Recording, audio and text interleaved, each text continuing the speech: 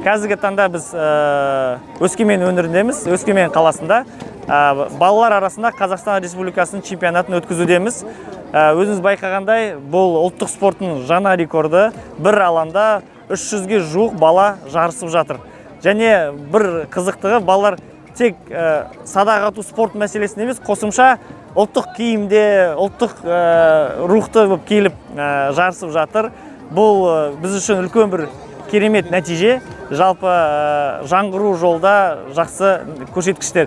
Қосымша бұл Өскеменді таңдау мәселесі де біз көп затқа қарадық. Біріншіден бұл керемет табиғат. Яғни Өскемен өзіңіз білеміз, шығыс аймағындағы керемет сұлу жердің бірі. Қосымша бізге дәстүрлі садақ атуды осы өңірлерде дамыту жолында өте керек болды. Және де қосымша осы жақтың президенті, федерациясының президенті біздің Ажар ханым, болашақ көшпенділер, дүниежүзілік көшпенділер ойынның қатысушысы. Яғни осы қиын іріктеуден өтіп, 10 үздік спортшының қатарына енді. Және осының бәрі себеп ретінде біз бүгін Қазақстан Республикасының чемпионатын осы Өскеменде өткізуге шешім қабылдадық.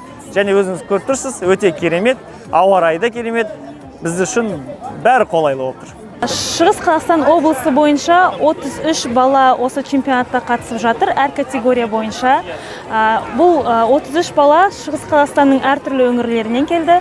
Бұл дегеніміз Риддер, Тарбағатай, Ұлан ауданы, Глубокое ауданы және Өскемен қаласынан қатысушы мергендеріміз бар.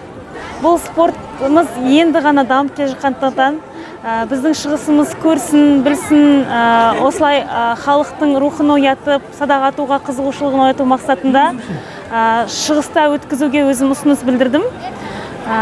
Бұл ең ауқымды жарыс, себебі бар жоғы 3-ші чемпионат және де 300-ге жуық баланы жинап тұр. Бірінші орын алғаны өте күшті. Мен үйде бүкіл құттықтайды. Барлығыңызға рахмет. Абай облысы сәлем.